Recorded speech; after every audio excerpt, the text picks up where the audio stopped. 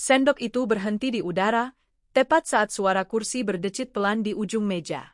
Lampu ruang makan bergetar sesaat, lalu kembali stabil, tapi napasku tidak. Ada sesuatu yang salah, dan tubuhku menyadarinya lebih cepat daripada pikiranku. Aku duduk tanpa persiapan, terbuka di antara orang-orang yang seharusnya aman. Di seberang meja, satu sosok menguasai ruangan tanpa perlu bergerak. Kepercayaan yang selama ini kukenakan seperti kulit, mendadak terasa rapuh. Tak ada yang bicara. Hanya bunyi jam dinding yang berdetak terlalu keras. Di sela keheningan itu, mataku menangkap detail kecil. Tatapan nenekku yang tidak pernah kulihat sebelumnya. Tenang, tajam, dan tahu terlalu banyak. Dan detik itu berubah makna. Sejak saat itu, aku tahu, rahasia ini tidak akan membiarkanku pergi dengan selamat. Ruangan menjadi sunyi. Dada terasa berat. Ketakutan menetap tanpa suara. Pernahkah kamu merasakan momen ketika satu kalimat yang belum terucap sudah cukup untuk menghancurkan segalanya? Sendokku berhenti tepat sebelum menyentuh piring. Bunyi kecil logam itu terdengar terlalu nyaring di kepalaku. Lampu gantung di atas meja makan berayun sedikit, padahal tidak ada angin, dan saat itulah aku sadar, malam ini tidak berjalan seperti biasanya. Meja makan keluarga kami selalu penuh suara. Tawa kecil, komentar sepele tentang makanan, obrolan ringan yang tidak pernah benar-benar penting. Kehangatan itu biasanya otomatis, seperti kebiasaan yang tidak perlu dipikirkan. Namun malam ini, semua terasa disusun dengan hati-hati. Senyum-senyum muncul terlambat, lalu menghilang terlalu cepat. Udara terasa lebih padat, seolah setiap orang sedang menahan sesuatu di dada masing-masing. Aku duduk di kursiku, punggung lurus tanpa sadar. Piring nasi masih penuh, tapi seleraku menghilang. Mataku bergerak pelan, menangkap potongan-potongan kecil yang tidak sinkron. Ayah terlalu sering meneguk air. Ibu merapikan serbet berulang kali, padahal sudah rapi. Anak-anak diam, sesuatu yang jarang terjadi, seakan mereka juga merasakan perubahan suhu emosional yang tak terlihat ini. Dan lalu ada nenek. Biasanya ia duduk tenang, punggung sedikit membungkuk, tangannya terlipat di pangkuan. Tatapannya sering kosong, seperti sedang mendengarkan dunia dari jarak yang sangat jauh. Tapi malam ini, tubuhnya condong sedikit ke depan. Matanya terbuka lebar, tidak liar, tidak bingung, justru fokus. Terlalu fokus. Seolah ia sedang menunggu momen tertentu, atau seseorang melakukan kesalahan kecil yang ia harapkan. Aku mencoba tersenyum padanya. Senyum itu tidak dibalas. Bukan karena ia tidak melihat, tapi karena ia memilih untuk tidak merespons. Di seberang meja, menantuku duduk dengan sikap yang sempurna. Punggung tegak, gerakan terkendali. Ia memotong lauk dengan ritme yang stabil, sama sekali tidak terganggu oleh atmosfer aneh di sekelilingnya. Jika ada yang melihat sekilas, ia tampak paling normal di antara kami semua. Dan justru itulah yang menggangguku. Ia terlalu tenang. Aku mengenalnya sudah bertahun-tahun. Ia selalu ramah, sopan, tidak pernah meninggikan suara. Sosok yang mudah dipercaya, mudah diterima. Dulu, kehadirannya di meja makan ini membuat suasana terasa lengkap. Tapi malam ini, setiap gerakannya seperti bayangan yang jatuh sedikit melenceng dari tubuhnya sendiri. Masakannya enak, katanya singkat. Aku mengangguk otomatis. Ayah. 2 kata. Terlalu pendek. Terlalu formal. Biasanya ia akan menambahkan lelucon kecil atau komentar ringan. Kali ini tidak. Ia kembali makan, seolah percakapan sudah selesai. Keheningan kembali turun, lebih berat dari sebelumnya. Jam dinding berdetak. 1, 2, 3. Setiap detiknya terasa disorot. Aku mencoba mencari pijakan emosional dengan mengingat makan malam keluarga sebelumnya. Nenek tertawa pelan saat anak-anak berebut kerupuk. Ayah bercerita tentang hal-hal sepele di kantor. Semua mengalir tanpa perlu usaha. Ingatan itu terasa jauh, seperti potongan film lama yang warnanya mulai pudar. Kembali ke malam ini, dan perbedaannya menusuk. Nenek menggeser tangannya ke atas meja. Gerakannya lambat, tapi pasti. Ujung jarinya berhenti di dekat gelas airnya. Ia tidak menyentuhnya. Ia hanya meletakkan tangan di sana, seolah menandai wilayah. Matanya tidak pernah lepas dari menantuku. Aku menelan ludah. Ada dorongan kuat untuk bertanya, untuk memecah keheningan dengan apa saja. Tapi lidahku terasa berat. Naluriku mengatakan, tunggu. Anak bungsuku memecah sedikit ketegangan. Kut sepi. Ibuku tersenyum cepat. Makan dulu. Nada suaranya terlalu cepat, seperti menutup pintu sebelum ada yang sempat mengintip ke dalam. Anak itu kembali menunduk, patuh, tapi matanya beralih ke nenek, lalu ke menantuku. Ia belum mengerti apa yang salah, tapi ia tahu ada sesuatu. Aku mulai memperhatikan detail kecil yang biasanya lolos. Cara menantuku menghindari tatapan nenek, bukan dengan jelas, tapi dengan sudut pandang yang selalu sedikit meleset. Cara bahunya menegang sesaat setiap kali nenek bergerak. Bukan ketakutan yang mencolok, lebih seperti kewaspadaan profesional. Seperti seseorang yang tahu sedang dinilai. Nenek akhirnya menarik napas panjang. Bunyi napas itu pelan, tapi di ruangan yang sunyi, terdengar seperti aba-aba. Semua gerakan berhenti. Bahkan jam dinding terasa lebih lambat. Suaranya keluar serak, tapi stabil. Aku merasakan detak jantungku mengeras di dada. Ia berhenti. Bibirnya terkatup kembali. Tangannya sedikit bergetar, lalu tenang lagi. Matanya tetap tertuju ke satu arah. Bukan padaku. Bukan pada anak-anak. Pada menantuku. Aku ingin menyela.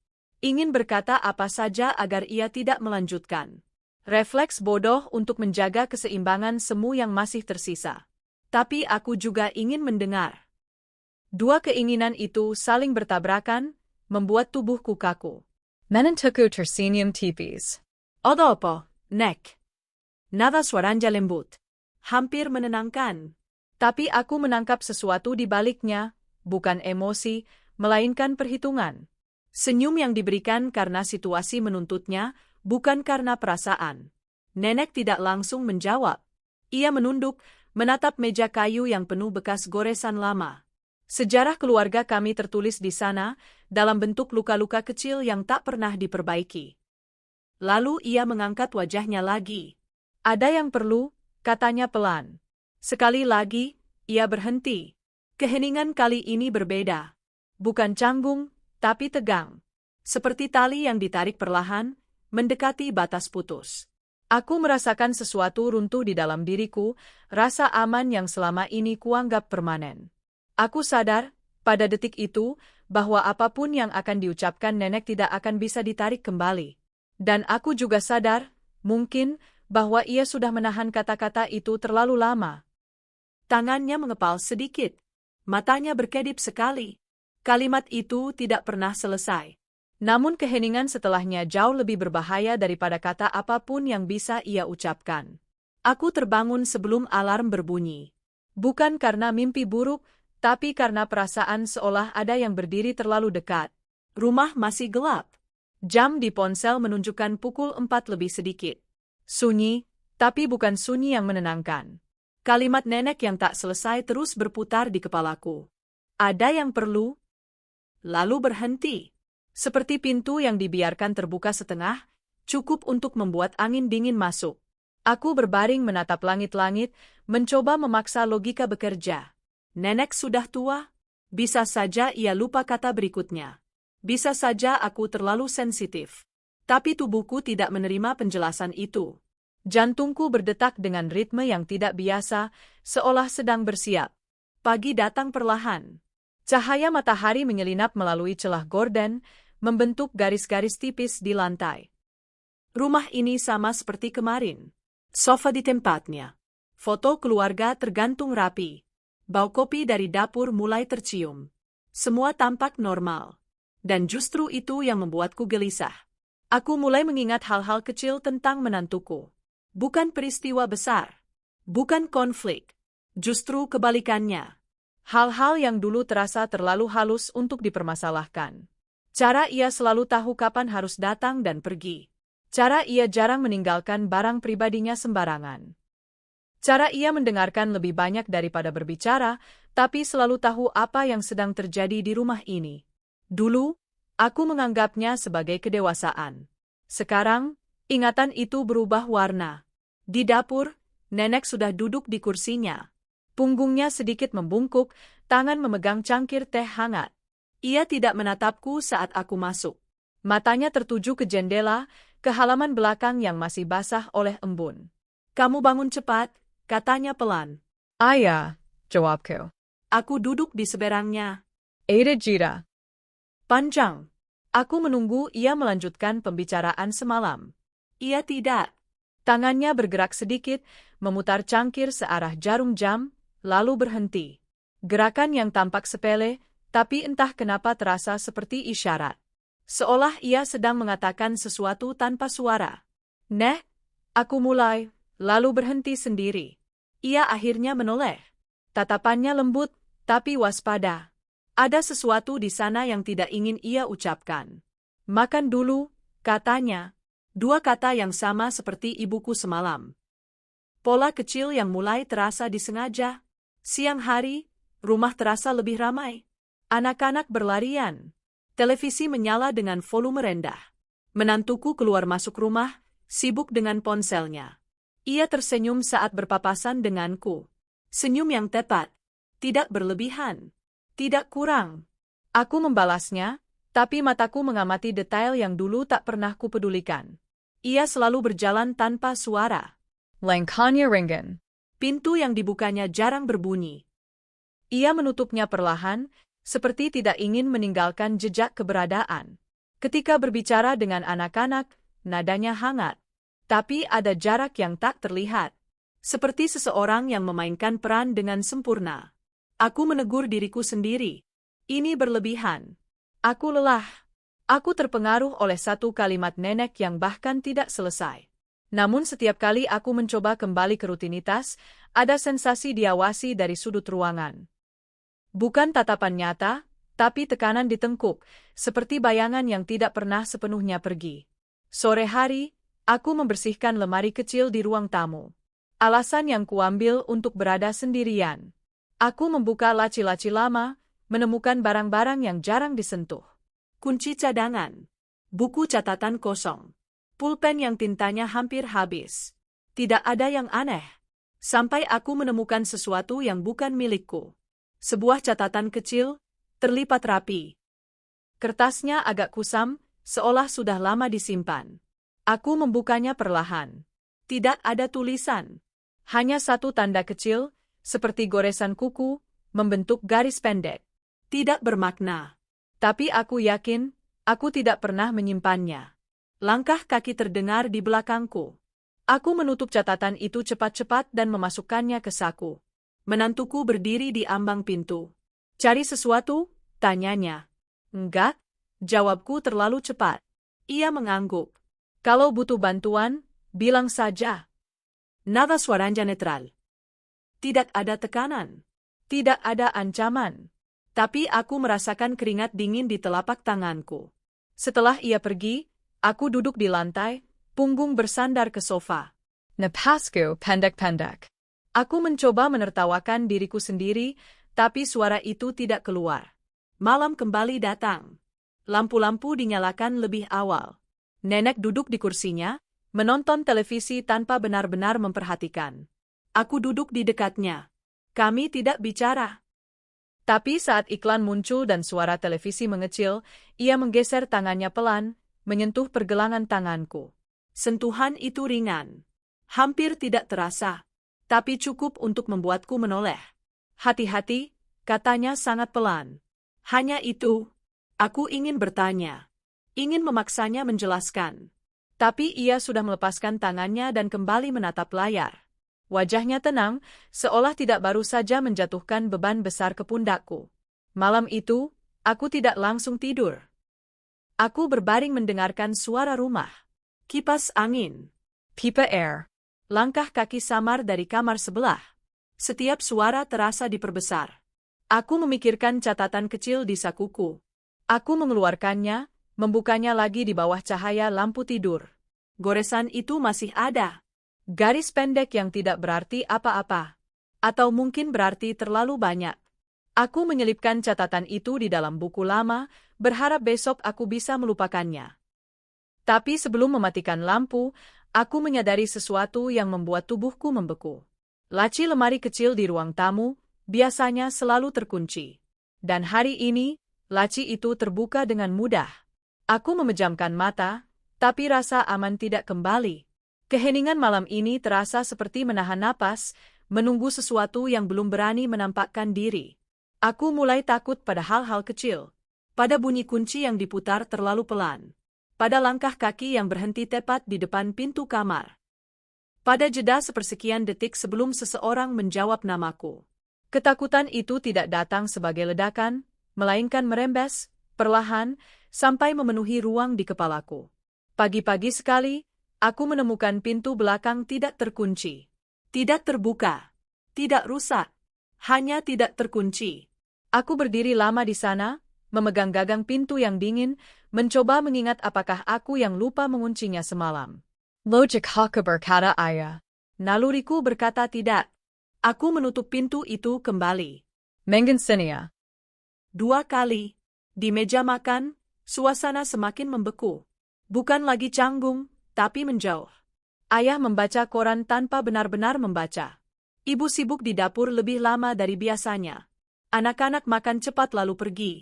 Menantuku duduk seperti biasa, rapi, tenang, seolah rumah ini masih berada dalam orbit normal.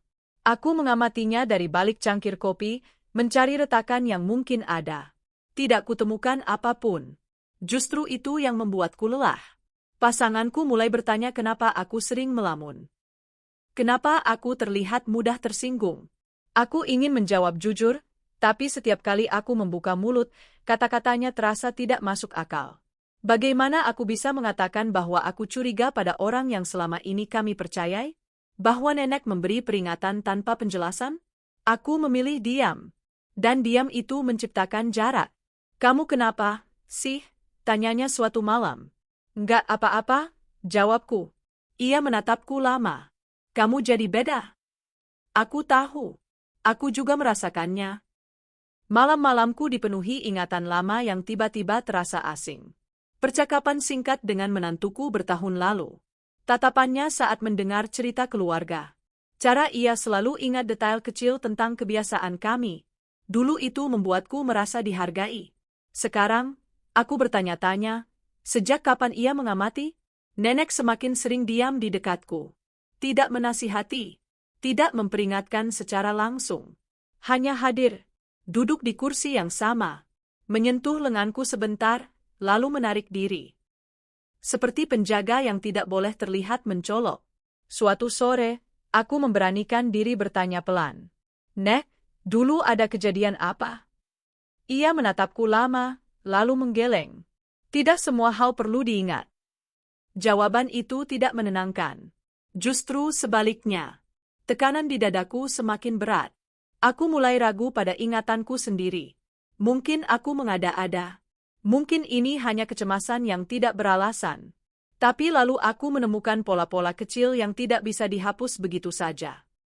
Barang yang berpindah tempat. Jadwal yang diketahui tanpa pernah diceritakan. Pembicaraan yang terpotong tepat sebelum menjadi terlalu pribadi. Aku mulai menghindari menantuku, tapi itu hampir mustahil. Ia ada di mana-mana, tanpa benar-benar mengganggu. Saat aku keluar kamar, ia sedang lewat. Saat aku masuk dapur, ia baru saja selesai. Selalu ada jarak aman. Selalu sopan. Selalu terkendali. Anak sulungku suatu malam berkata dengan polos, Om tahu aku takut gelap. Aku menoleh cepat. Kamu pernah cerita? Ia menggeleng.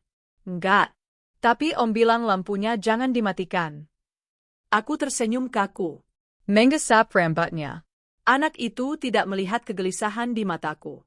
Tapi setelah ia tidur, aku duduk lama di tepi ranjangnya, mendengarkan napasnya, dan bertanya pada diri sendiri berapa banyak hal lain yang diketahui tanpa pernah kami ucapkan. Hubunganku dengan pasangan semakin dingin. Bukan karena pertengkaran, tapi karena jarak yang tidak bisa dijelaskan. Ia mulai menghabiskan lebih banyak waktu dengan menantuku, membicarakan hal-hal praktis, pekerjaan, rencana masa depan. Aku mendengarkan dari kejauhan, merasa seperti orang asing di rumah sendiri. Suatu malam, aku mendengar mereka tertawa. Tawaringen. Normal. Aku berdiri di lorong, tidak ikut bergabung. Ada rasa bersalah yang bercampur dengan ketakutan. Aku tidak ingin merusak keseimbangan keluarga ini. Tapi aku juga tidak bisa lagi berpura-pura semuanya baik-baik saja. Nenek memanggilku keskivi ke kamarnya. Lampunya redup. Tirai ditutup setengah. Ia duduk di ranjang, memegang rosario tua yang jarang ia keluarkan. Kamu capek, katanya. Aku mengangguk. Ia menepuk sisi ranjang, menyuruhku duduk. Tangannya dingin saat menyentuh tanganku. Kalau hatimu tidak tenang, dengarkan itu. Dengarkan apa? Diam. Ia tidak menjelaskan lagi. Tapi malam itu, aku mulai benar-benar mendengarkan. Bukan hanya suara, tapi ritme rumah ini, pola orang-orang di dalamnya. Aku menyadari sesuatu yang membuat tenggorokanku mengering. Rumah ini tidak berubah tiba-tiba. Ada hal-hal yang sudah terjadi sejak lama, hanya saja aku baru cukup takut untuk melihatnya sekarang. Kebiasaan kecil yang terbentuk pelan-pelan. Ketergantungan yang dibuat dengan rapi. Kepercayaan yang dialihkan tanpa kami sadari. Aku duduk sendirian di ruang tamu, lampu mati, hanya cahaya dari luar yang masuk samar. Jantungku berdetak lambat, berat. Jika bahaya ini nyata, maka ia tidak datang kemarin atau minggu lalu. Ia sudah ada di sini jauh sebelum aku siap menyadarinya. Dan ketakutan itu, akhirnya, membuat satu hal menjadi jelas. Aku tidak bisa lari. Aku harus bertahan. Aku berhenti tidur nyenyak sejak malam itu. Bukan karena suara, tapi karena keheningan yang terasa terlalu teratur. Seperti ada ritme lain di rumah ini, ritme yang bukan milikku. Aku mulai bangun lebih pagi dari biasanya. Duduk di ruang tamu sebelum orang lain terjaga. Mengamati cahaya pagi yang merayap masuk, memperhatikan bayangan perabot yang berubah pelan-pelan.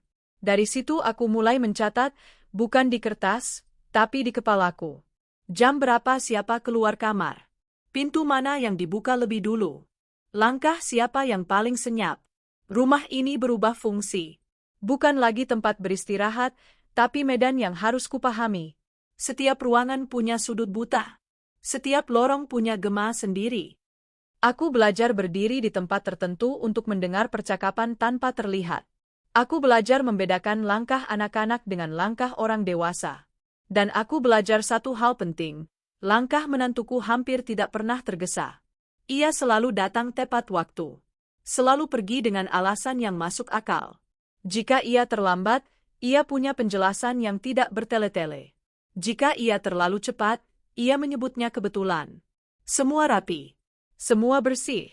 Tidak ada celah emosional yang bisa kugenggam. Aku berpura-pura normal. Tersenyum saat perlu. Bertanya seperlunya. Mengangguk tanpa komentar. Aku menahan dorongan untuk menatap terlalu lama. Ketakutan terbesarku bukanlah bahwa aku salah, tapi bahwa ia tahu aku mulai curiga. Nenek semakin sering berada di dekatku, tapi tidak pernah sendirian. Selalu ada orang lain di ruangan. Ia berbicara tentang hal-hal kecil, cuaca, tanaman, acara televisi lama. Tapi di sela-sela itu, ia meninggalkan tanda. Menggeser benda tertentu. Menyentuh punggung tanganku 2 kali. Menatap pintu sebelum menatapku. Bahasa yang tidak pernah diajarkan, tapi entah bagaimana ku pahami. Suatu siang, ia menjatuhkan sendoknya. Bunyi itu keras, memantul di lantai keramik. Semua menoleh. Menantuku berdiri lebih cepat dari yang lain, memungut sendok itu, menyerahkannya kembali dengan senyum.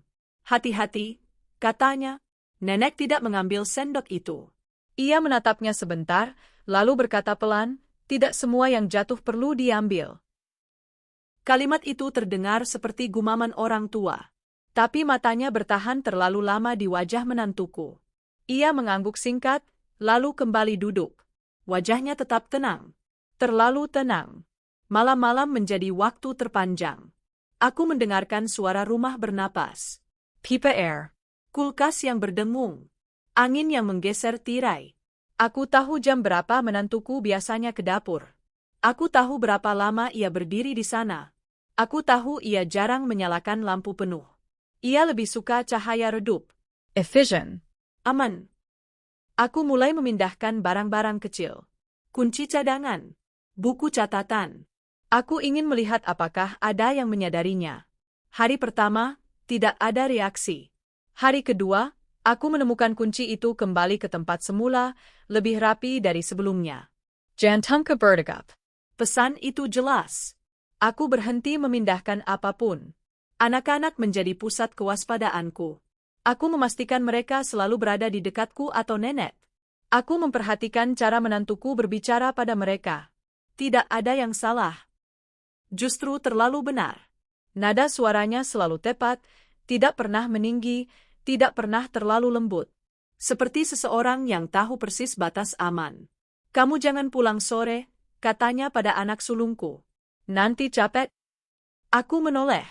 Biasanya dia pulang sore. Ia tersenyum. Sekarang lagi banyak orang. Banyak orang. Kata yang sederhana, tapi menggantung. Orang siapa? Dari mana? Aku tidak bertanya. Aku mencatat. Tekanan di kepalaku semakin berat. Aku jarang sendirian, tapi merasa terisolasi. Pasanganku mulai menyadari perubahan sikapku. Ia bertanya dengan nada khawatir. Aku menjawab dengan setengah kebenaran. Kapek. Kurang tidur. Ia menerima itu, tapi matanya menyimpan kebingungan. Aku tidak bisa menariknya masuk. Belum. Terlalu berisiko. Nenek memanggilku suatu sore saat rumah hampir kosong. Hanya kami berdua? Ia duduk di kursi dekat jendela, cahaya sore membuat wajahnya terlihat lebih tua. Kamu lihat sekarang, katanya. Lihat apa? Pola. Aku menelan ludah. Aku lihat. Ia mengangguk. Jangan cepat. Aku ingin bertanya lebih banyak. Tapi ia sudah memejamkan mata, seolah percakapan itu menguras tenaganya. Aku berdiri di sana lama, merasakan beban tanggung jawab yang tidak pernah kuminta. Malam itu, hujan turun deras. Suara air menutupi banyak hal. Aku terbangun karena perasaan tidak enak. Jam menunjukkan hampir 2 pagi. Aku mendengar langkah di lorong. Helen. Terraker. Aku membuka pintu kamar sedikit, cukup untuk melihat bayangan bergerak menuju ruang kerja kecil di belakang. Ruang itu jarang dipakai. Pintu biasanya terkunci. Tidak malam ini. Aku menunggu. Mengatang napas. 1, 2, 3. Setelah beberapa menit, langkah itu kembali. Pintu ruang kerja tertutup tanpa bunyi. Bayangan menghilang ke kamar menantuku. Aku tidak keluar. Tidak malam itu. Paginya, aku masuk ke ruang kerja. Semuanya tampak sama. Meja rapi. Lacy tertutup. Tapi ada satu perbedaan kecil yang hanya terlihat jika tahu apa yang dicari. Buku lama di rak atas sedikit bergeser. Aku menariknya. Di dalamnya, ada map tipis yang tidak pernah kulihat. Isinya bukan dokumen resmi. Bukan foto. Hanya catatan tangan. Tanggal. Jam. Nama-nama kecil. Burdenitis. Kibiasan. Termasuk milikku. Termasuk anak-anakku. Termasuk nenek. Tengengku Jamatar. Ini bukan pengamatan singkat. Ini bukan rasa ingin tahu. Ini kerja panjang. Terstruktur. Dilakukan dengan sabar. Aku menutup map itu kembali, mengembalikannya ke tempat semula. Aku tidak membawa apapun. Aku keluar dengan langkah yang sama pelannya. Di dapur, menantuku sedang membuat teh. Kamu bangun pagi, katanya. Ayah. Ia menyerahkan cangkir padaku. Kamu kalahating pukit. Aku menerima cangkir itu. Henggat. Aman di luar, berbahaya di dalam. Di balik uap teh yang naik perlahan, satu hal akhirnya jelas bagiku. Ia tidak sekadar berada di rumah ini. Ia sedang mempersiapkan sesuatu. Dan aku baru saja melihat sebagian kecil dari motif yang selama ini tersembunyi. Aku tidak langsung menemui nenek setelah menemukan map itu. Aku menunggu. 2 hari. 2 malam. Mengamati apakah ada perubahan kecil pada sikap menantuku, apakah ada tanda bahwa ia tahu aku telah masuk ke ruang kerja. Tidak ada. Ia tetap sama, tenang, sopan, hadir secukupnya. Ketidakberubahan itu sendiri menjadi tekanan. Pada malam ketiga, nenek mengetuk pintu kamarku. Ketukannya pelan, tapi ritmenya berbeda. 2 kali cepat, 1 kali lambat. Aku membuka pintu tanpa suara.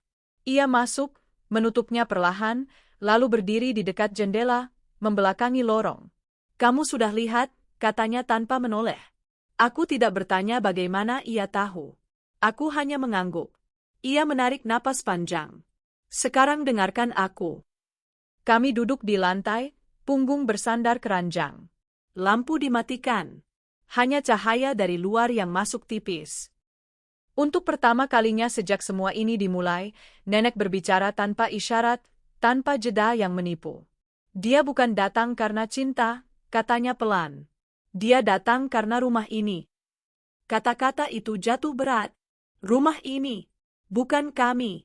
Bukan anak-anak. Bukan bahkan pasanganku. Rumah. Struktur. Burdenitis. Orang-orang di dalamnya. Apa maksudnya? Tanyaku. Nenek menggeleng. Belum sekarang. Kamu perlu tahu caranya bertahan dulu. Itu bukan jawaban yang kuinginkan, tapi aku menerimanya. Karena untuk pertama kalinya, aku tidak sendirian. Sejak malam itu, kami bergerak sebagai dua bayangan yang saling mengenali. Tidak pernah terlihat bersekutu. Tidak pernah bicara lama di depan orang lain. Tapi setiap gerakan kecil kami selaraskan. Jika aku memindahkan sesuatu, nenek akan memastikan ada alasan terlihat. Jika ia menanyakan hal sepele di meja makan, itu untuk menarik perhatian dari tempat lain. Dinamika di rumah bergeser perlahan. Tidak drastis. Tapi cukup untuk mengganggu keseimbangan yang telah dibangun menantuku. Ia mulai lebih sering berada di ruang terbuka. Lebih jarang menyendiri. Seolah ia merasakan perubahan tekanan, meski tidak tahu dari mana datangnya. Aku belajar mempercayai lagi, tapi dengan batas yang keras. Aku tidak memberitahu pasanganku. Tidak pada siapapun. Kepercayaan, aku sadar, sekarang adalah sumber daya yang langka. Dan nenek adalah satu-satunya yang memiliki peta lama tentang rumah ini. Kami menyusun rencana tanpa pernah menyebutnya rencana.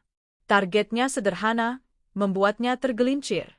Bukan dengan konfrontasi, tapi dengan kebiasaan. Dengan memancingnya untuk bereaksi di luar pola. Aku mulai sengaja melakukan kesalahan kecil. Pulang lebih lambat. Mengubah jadwal anak-anak tanpa memberitahu. Meninggalkan barang di tempat yang salah. Hal-hal yang dulu selalu terprediksi. Aku ingin melihat apakah ia akan mengoreksi. Ia melakukannya. Selalu. Kunci cadangan jangan di situ, katanya suatu sore. Biasanya di laci. Aku coba yang lain, jawabku. Ia tersenyum. Lebih aman yang biasa. Lebih aman. Kata itu menancap. Nenek, di sisi lain, mulai menceritakan kisah lama di depan semua orang. Tentang orang-orang yang pernah tinggal di rumah ini. Tentang kebiasaan aneh yang dianggap remeh.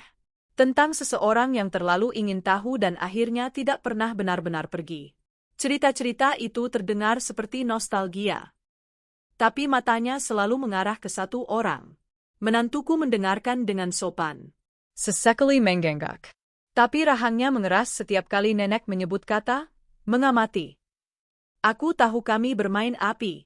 Setiap langkah memiliki konsekuensi. Aku sering terbangun dengan pikiran bahwa aku bisa saja salah, bahwa semua ini hanyalah paranoia yang terstruktur rapi. Tapi lalu aku mengingat map itu. Tanggal-tanggalnya. Nama anak-anakku yang ditulis dengan tinta yang sama. Harapan datang, tapi rapuh. Seperti kaca tipis. Setiap hari bisa pecah. Kami memutuskan untuk memancingnya keluar dari zona nyamannya. Nenek menyarankan satu hal, mengubah rutinitas besar tanpa penjelasan. Sesuatu yang melibatkan semua orang. Sesuatu yang tidak bisa ia kendalikan diam-diam. Makan malam keluarga di rumah saudara, di luar kota. Mendadak. Tanpa rencana jauh-jauh hari. Aku menyampaikannya di meja makan dengan nada santai. Besok kita ke rumah tante. Jenap. Semua tampak terkejut. Termasuk menantuku. Besok? Tanyanya. Ayah, kataku. Dadakan. Ia diam sebentar. Terlalu lama untuk ukuran orang yang biasanya cepat beradaptasi. Aku belum tentu bisa. Nenek tersenyum. Tidak apa-apa. Rumah akan sepi. Kata-kata itu seperti batu yang dijatuhkan ke air tenang. Riaknya kecil, tapi terasa. Menentuku menggengak. Kalau begitu, aku jaga rumah. Aku menahan napas. Itu bukan bagian dari rencana. Tapi mungkin justru itu yang kami butuhkan. Malam sebelum keberangkatan, aku hampir membatalkan semuanya.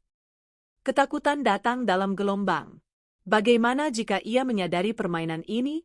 Bagaimana jika ia sudah menyiapkan langkah lebih jauh? Aku duduk di kamar anak-anak, menatap wajah mereka saat tidur, dan bertanya pada diri sendiri apakah aku melakukan hal yang benar. Nenek masuk tanpa suara.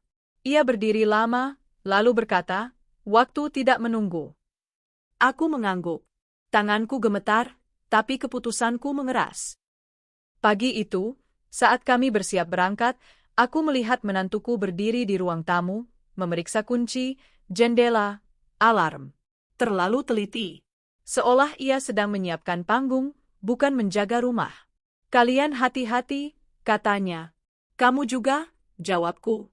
Saat mobil mulai berjalan, aku menoleh ke belakang. Ia berdiri di teras, melambaikan tangan. Senyumnya tepat, tapi matanya mengikuti mobil lebih lama dari seharusnya. Di tengah jalan, ponselku bergetar. Pesan singkat masuk dari nomor yang tidak kusimpan. "Rencana yang menarik. Tapi kamu lupa satu hal?" Darku tersusurat. Aku menatap nenek. Ia juga menatap ponselku. Tidak terkejut, hanya sedih. Aku tahu, pada detik itu, bahwa permainan kami hampir terbongkar. Dan waktu yang kami kira masih kami miliki, baru saja mengkhianati kami. Telepon itu tidak pernah dibahas lagi, tapi kehadirannya menetap di udara. Seperti bau asap setelah api dipadamkan. Tidak terlihat, tapi mengganggu napas. Kami pulang lebih cepat dari rencana. Alasan resmi, anak-anak kelelahan. Alasan sebenarnya, kami tidak bisa meninggalkan rumah ini dalam keadaan kosong, bukan setelah pesan itu. Menantuku menyambut kami dengan sikap yang terlalu siap. Makan malam sudah tersedia. Lampu menyala di semua ruangan. Rumah ini tampak seperti sedang dipamerkan. "Kalian cepat," katanya. Ayah, jawabku. Nada suaraku terdengar normal. Setidaknya, kuharap begitu. Di dalam, sesuatu mengeras. Bukan keberanian penuh, tapi keputusan untuk tidak lagi menghindar. Sejak malam itu, konfrontasi bergerak di bawah permukaan. Tidak ada teriakan. Tidak ada tuduhan. Hanya gesekan kecil yang disengaja. Aku mulai menatapnya lebih lama. Tidak menantang, tapi cukup untuk membuatnya sadar. Nenek juga berubah. Ia tidak lagi menyamarkan tatapannya. Ia mengamati secara terbuka, seperti penjaga yang akhirnya berdiri di depan gerbang. Menantuku mulai membuat kesalahan kecil. Bukan besar, bukan fatal, tapi cukup untuk menandai perubahan. Ia lupa mematikan lampu di ruang kerja. Ia salah menyebut jadwal anak-anak. Ia bertanya 2 kali tentang hal yang sama. Hal-hal sepele yang dulu tak pernah terjadi. "Kamu biasanya ingat," kataku suatu sore. Ia tersenyum. "Mungkin aku capek." Aku mengangguk. "Kita semua?" Tekanan meningkat. Aku merasakannya dalam cara ia berdiri sedikit terlalu dekat saat berbicara. Dalam caranya menunggu jawabanku sebelum mengalihkan pandangan. Dalam senyum yang mulai retak di sudut bibirnya. Kontrolnya masih ada, tapi tidak lagi mulus. Aku memancingnya dengan cerita lama. Tentang renovasi rumah bertahun-tahun lalu. Tentang kamar yang dulu jarang dipakai. Tentang barang-barang yang hilang lalu ditemukan kembali. Aku menyampaikannya santai, seperti nostalgia. Ia menimpali terlalu cepat. "Oh, yang itu. Aku ingat." Padahal aku belum menyebut detail apapun. Aku melihat rahangnya menegang. 1 detik. Lalu kembali tenang. Nenek menambahkan, dulu ada yang suka mencatat hal-hal kecil. Katanya biar tidak lupa. Menentuku terduapelan. Itu kebiasaan baik. Kalau tujuannya baik, jawab nenek. Kalimat itu menggantung. Tidak ada yang menyambung. Anak-anak terus makan, tidak menyadari bahwa meja ini telah berubah menjadi arena tanpa senjata. Malam-malam menjadi ajang uji nyali. Aku sengaja berjalan melewati ruang kerja tanpa alasan. Kadang berhenti di depan pintunya. Kadang membukanya, menyalakan lampu, lalu mematikannya lagi. Aku ingin melihat reaksinya. Ia tidak pernah muncul langsung. Tapi keesokan paginya, map di rak selalu kembali lurus. Buku-buku tersusun ulang. Pesan tanpa kata, aku tahu kamu masuk. Aku mulai mencatat juga. Dengan caraku sendiri. Tidak di kertas. Di ingatan. Jam berapa ia terbangun? Jam berapa ia tidur? Kapan ia tampak gelisah? Kapan ia terlalu tenang? Aku belajar bahwa ketenangannya bukan tanda damai, melainkan alat. Dan alat itu mulai aus. Suatu malam, pasanganku berkata pelan, "Kalian kenapa?" Aku menoleh. "Kenapa apa?" "Kamu dan dia." Razania tegang. Aku memilih jujur sebagian. Aku sedang jaga jarak. Dari dia? Ayah. Ia menghela napas. Dia keluarga? Aku menatap wajah orang yang kucintai dan menyadari betapa rapuhnya kata itu. Keluarga. Kata yang selama ini menjadi tameng sempurna. Rahasia lama mulai muncul dengan sendirinya. Bukan pengakuan, tapi kebocoran. Menantuku menyebut nama seseorang yang tidak pernah kami ceritakan. Ia tahu kebiasaan nenek di masa muda. Ia tahu konflik lama yang tidak pernah dibicarakan lagi.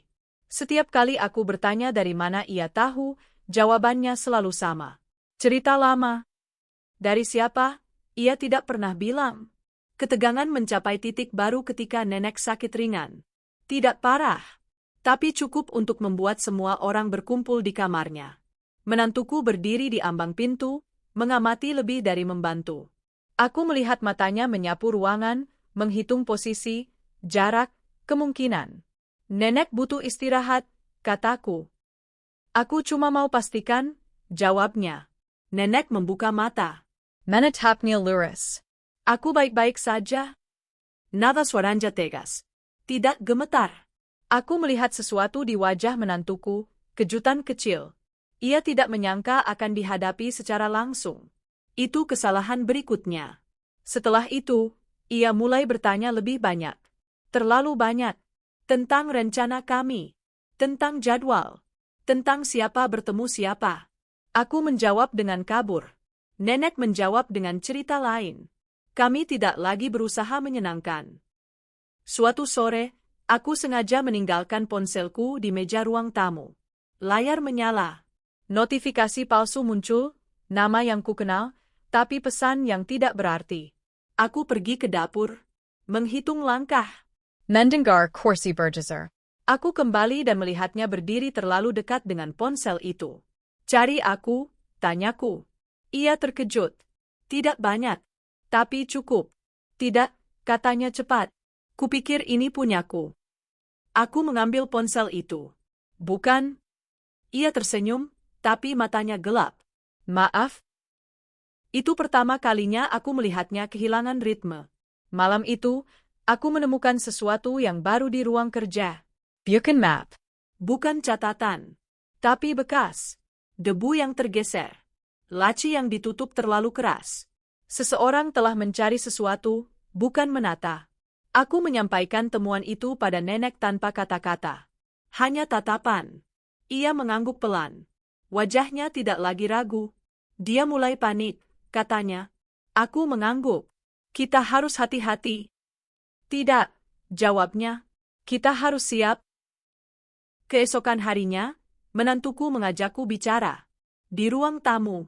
Tanpa saksi. Nada suaranya tenang, tapi matanya waspada. Kamu berubah, katanya. Semua berubah, jawabku. Ia tersenyum tipis. Kamu pikir aku musuh? Aku menatapnya. Tidak menjawab. Keheningan itu berbicara lebih banyak daripada bantahan apapun. Ia menghela napas. Kamu mengawasiku. Itu bukan pertanyaan. Aku merasakan darah berdesir di telinga. Ini momen yang kami pancing, dan juga momen yang paling berbahaya. Aku memilih kata-kataku dengan hati-hati. Aku menjaga keluargaku. Ia menatapku lama. Terlalu lama. Lalu mengangguk pelan. Aku juga. Kalimat itu seharusnya terdengar menenangkan. Tapi di telingaku, ia berbunyi seperti ancaman yang dibungkus kepedulian. Malam turun. Rumah menjadi sunyi. Aku duduk di ruang tamu, lampu mati, menunggu. Langkah kaki terdengar dari lorong. Berhenti. Tidak masuk. Tidak pergi. Aku tahu, pada saat itu, ia sadar bahwa topengnya mulai retak. Dan yang lebih berbahaya, ia tahu bahwa kami tidak lagi buta. Tidak ada lagi ruang untuk mundur. Meja makan itu kembali menjadi pusat segalanya. Lampu di atasnya menyala terlalu terang, seolah tidak ingin memberi ruang bagi bayangan. Kursi-kursi ditarik mendekat. Piring-piring disusun rapi. Tidak ada yang bercanda. Tidak ada yang menunda. Aku duduk dengan punggung tegak, telapak tangan menempel di paha untuk menahan gemetar. Nenek duduk di ujung meja, posisinya tidak berubah sejak dulu, tapi malam ini ia tampak lebih tinggi. Lebih hadir. Menantuku duduk di seberangku. Wajahnya tenang. Senyumnya tipis. Matanya jernih, seperti orang yang sudah menerima apapun yang akan terjadi. Anak-anak sudah tidur. Itu keputusan pertama yang kami ambil. Tidak ada saksi yang belum siap. Jam dinding berdetak. Ibu menggeser piring tanpa suara. Ayah berdehem, lalu diam lagi. Aku merasakan tenggorokanku kering. Ini momen yang selama ini ku hindari dan ku kejar bersamaan. Nenek yang memulai. Kita perlu bicara, katanya. Tidak keras. Tidak bergetar. Hanya pasti. Menentuku menggengak. Tentu. Aku melihatnya menggeser kursi sedikit ke belakang. Bukan mundur. Menyiapkan jarak. Nenek meletakkan tangannya di atas meja. Jari-jarinya kurus, tapi tenaganya terasa. Kamu sudah lama di rumah ini. Ayah. Kamu tahu kebiasaan kami. Ayah. Kamu tahu lebih banyak dari yang kami ceritakan. Ia tersenyum tipis. Saya pendengar yang baik. Keheningan menekan. Aku merasakan detak jantungku di telinga. Nenek tidak menanggapi senyum itu. Pendengar, katanya pelan, atau pencatat? Senyum itu berhenti. Hanya sepersekian detik. Tapi cukup. Aku menarik napas. Inilah bagianku. Aku mengeluarkan map tipis dari tas yang kusembunyikan di bawah meja. Meletakkannya di depan kami. Kertas-kertas di dalamnya tidak kubuka. Tidak perlu. Ini catatanmu, kataku. Tentang kami. Ia menatap map itu lama. Tidak terkejut. Tidak marah. Hanya menilai. Itu pengamatan, katanya. Bukan kejahatan. Nama anak-anak kami ada di sana, kataku. Jam tidur. Ketakutan mereka. Ia mengangguk. Untuk melindungi. Aku menahan dorongan untuk meninggikan suara. Dari siapa?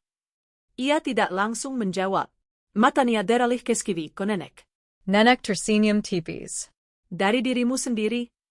Ia tertawa kecil. Pendek. Tidak nyaman. Nenek selalu tajam.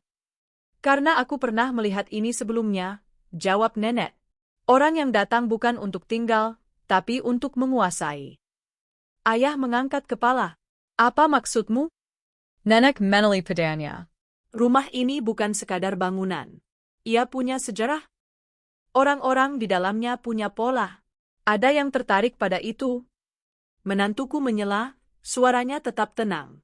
Saya tidak berniat jahat. Aku menatapnya. Kamu mengunci pintu belakang tanpa memberitahu. Kamu memindahkan barang. Kamu membaca ponselku. Ia menatapku balik. Kamu menjebakku. Kami melindungi diri, kata nenek. Hening lagi. Aku merasakan perubahan di udara. Seperti saat hujan berhenti mendadak. Menantuku menarik napas panjang. Untuk pertama kalinya, bahunya turun. Kalian tidak tahu segalanya. Ceritakan, kata nenek. Ia menatap meja. Yari-yarinya saling dertot.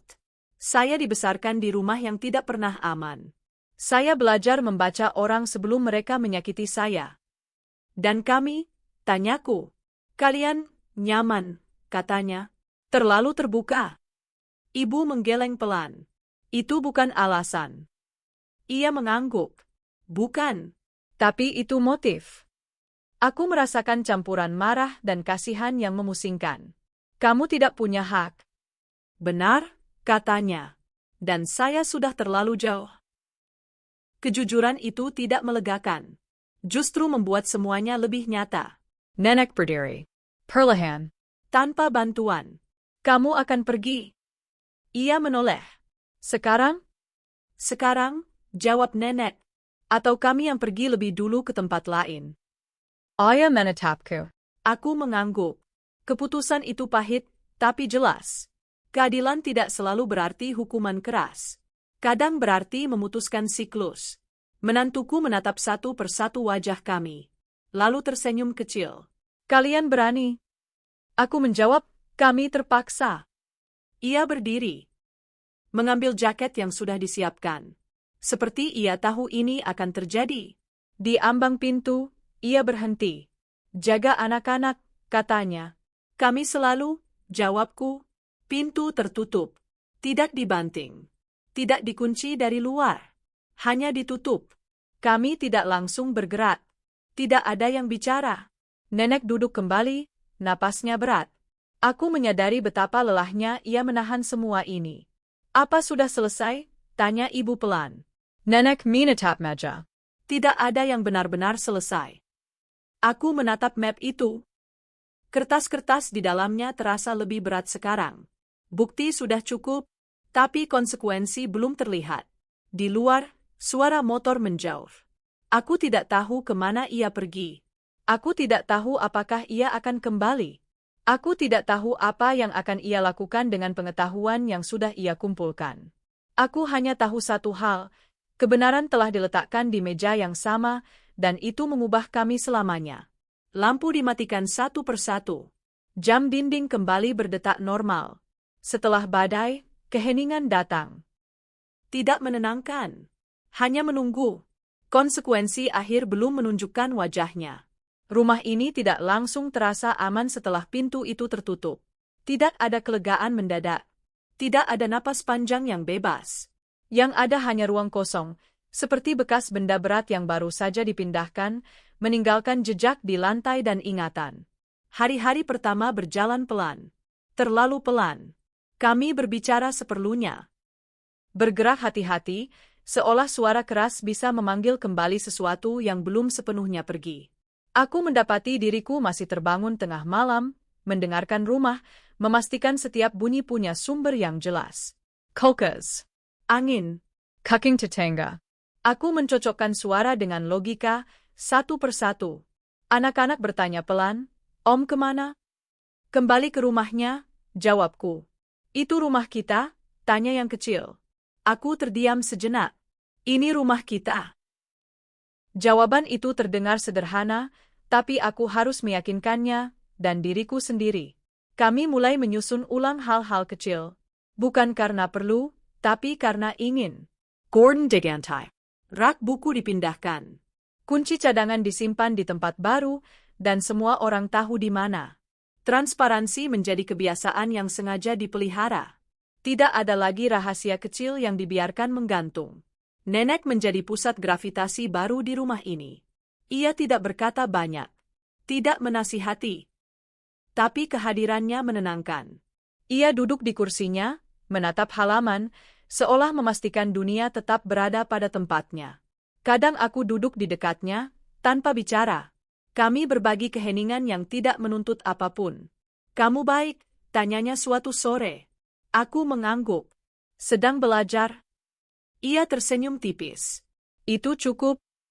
Hubunganku dengan pasangan tidak langsung pulih. Ada jarak yang perlu diakui. Kami mulai dengan hal-hal praktis. Menyusun jadwal. Mengantar anak-anak bersama. Duduk di meja makan tanpa topik berat. Kepercayaan tidak dibangun dari pengakuan besar, tapi dari rutinitas yang konsisten. Aku minta maaf, katanya suatu malam. Aku menoleh. Aku juga. Tidak ada penjelasan panjang. Tidak perlu. Kami tahu luka apa yang kami bawa. Aku membersihkan ruang kerja itu sendirian. Map itu sudah tidak ada. Aku membuangnya jauh hari, tidak karena takut, tapi karena aku tidak ingin menyimpannya sebagai penanda kekuasaan orang lain atas hidup kami. Aku menyapu debu. Mengatur ulang buku. Meletakkan tanaman kecil di sudut. Ruangan itu berubah fungsi, bukan lagi tempat menyimpan rahasia, tapi tempat bekerja dan membaca dengan pintu terbuka. Malam-malam menjadi lebih tenang. Tidak selalu mudah, tapi jujur. Jika aku terbangun, aku bangun. Jika aku cemas, aku duduk dan bernapas. Aku berhenti menyalahkan diriku karena pernah lengah. Aku mulai melihatnya sebagai bukti bahwa aku manusia, bukan penjaga yang gagal. Nenek jatuh sakit ringan lagi, tapi kali ini kami mengelilinginya dengan tenang. Tidak ada kecemasan berlebihan. Tidak ada tatapan menghitung. Ia memegang tanganku. Rumah ini sudah melewati banyak hal, katanya. Dan masih berdiri? Jawabku. Ia mengangguk. Karena orang-orang di dalamnya mau belajar. Hari-hari berlalu. Tidak ada kabar darinya. Tidak ada pesan. Tidak ada tanda. Aku berhenti menunggu. Bukan karena lupa, tapi karena memilih untuk tidak membiarkan bayangan masa lalu menentukan gerak hari ini. Aku mengajarkan anak-anak hal sederhana, mengetuk sebelum masuk, memberitahu sebelum pergi, bertanya jika ragu. Mereka menerima itu tanpa beban, seolah rumah ini memang selalu seperti itu. Mungkin bagi mereka, ini akan menjadi satu-satunya versi yang mereka ingat. Suatu malam, kami makan bersama dalam keheningan yang hangat. Bukan sunyi yang menekan, tapi sunyi yang memberi ruang. Sendok bergerak. Air dicuengkan. Lampu tidak terlalu terang. Aku menyadari sesuatu yang halus tapi penting. Aku tidak lagi menghitung detik. Nenek menatap meja, lalu menatapku. Kamu lihat? Apa? Rumah ini bernapas lagi. Aku tersenyum. Helen. Tanpa takut. Tidak semua luka hilang. Ada bekas yang tetap tinggal, sebagai pengingat. Tapi bekas itu tidak lagi menguasai. Mereka hanya tanda bahwa kami pernah diuji, dan memilih untuk bertahan dengan cara yang lebih jujur. Malam itu, sebelum tidur, aku mematikan lampu ruang tamu terakhir. Aku berdiri sebentar, mendengarkan. Tidak ada langkah. Tidak ada jeda mencurigakan. Hanya rumah yang diam, seperti orang yang akhirnya tertidur setelah hari panjang. Aku menutup pintu kamar tanpa menguncinya terlalu keras. Aku berbaring. Napaskapelen. Untuk pertama kalinya sejak lama, aku tidak merasa diawasi. Keheningan turun, lembut dan penuh penerimaan. Dan di dalam keheningan itu, aku tahu. Ini bukan akhir yang sempurna, tapi ini adalah rumah yang kembali menjadi tempat berlindung.